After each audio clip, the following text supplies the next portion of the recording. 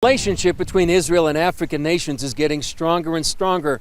Just a couple of weeks ago, a team from Save a Child's Heart performed life-saving surgeries in Ethiopia. A similar team went to Tanzania last year, and CBN's Middle East correspondent Julie Stahl was there. Dar es Salaam is the largest city in the East African country of Tanzania. This is the Cardiac Institute at the Muhimbili Hospital in Dar es Salaam. Tanzania has 50 million people, yet it's the only place in the entire country that performs heart surgeries. Last year, the Jakaya Kikwete Cardiac Institute saw 25,000 patients and performed 270 surgeries. That's not nearly enough. Help is needed, and the Israeli organization Save a Child's Heart is answering the call by partnering with the Muhimbili Hospital. At the Wolfson Medical Center, doctors give their time to save a child's heart. Over the years, they've saved the lives of more than 4,000 babies and children from Africa, South America, Asia, and the Middle East. And there's more. For us, just bringing children to Israel, it's nice, it's important, but it's not as good as treating them here at home. Cardiologist Dr. Sagi Asa is one of 35 doctors and other staff who brought their talent and care to Dar es Salaam for a week-long mission. For the healing process of a child, it is as important as the surgery itself. To be in your environment, treated by your physicians, speaking your language. They performed 12 surgeries, 21 other procedures, and screened 125 children for heart issues. That number included 7-month-old Whitney. She needed surgery to separate the blood vessels to her heart. CBN News received a rare opportunity to document the surgery performed by the team of Israeli and Tanzanian doctors. And if not treated at the first year of life, that might be irreversible.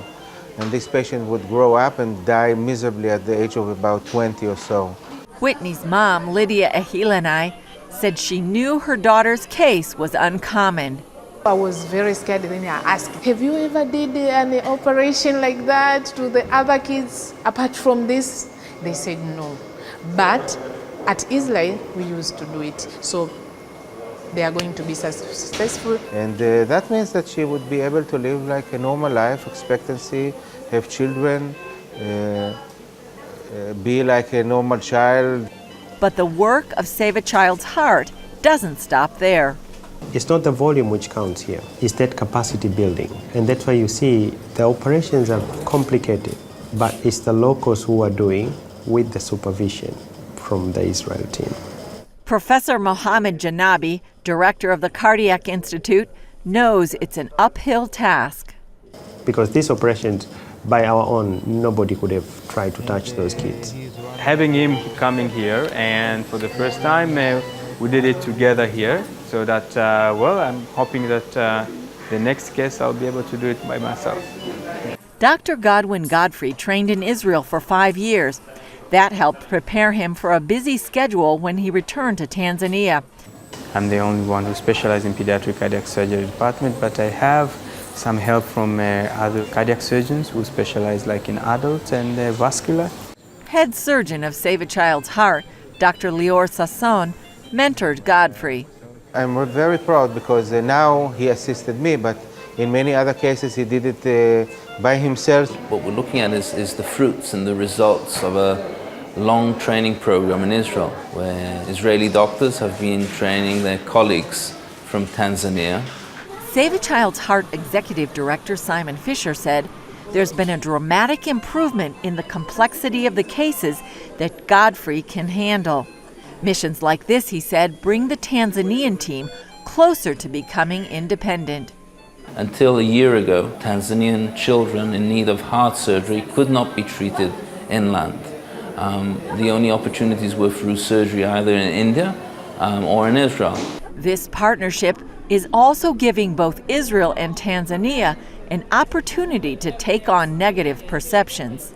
If you go out today and interview people, what do you know about Israel? Oh, they are the people who are shooting the Palestinians. No, they are in Muhimbili trying to do operations.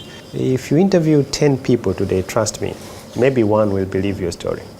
And it's the same thing that many people come to Africa, they don't think if they'll find cars, roads and everything.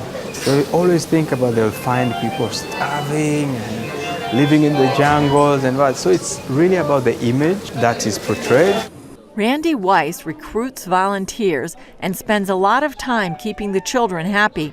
She hopes the good work done here and other places will help get the word out, not only about this organization, but Israel as well. There's so much negativity associated with Israel, and especially any kind of news that comes out of Israel, and people tend to ignore all these wonderful things. Missions like these can help tip the scales.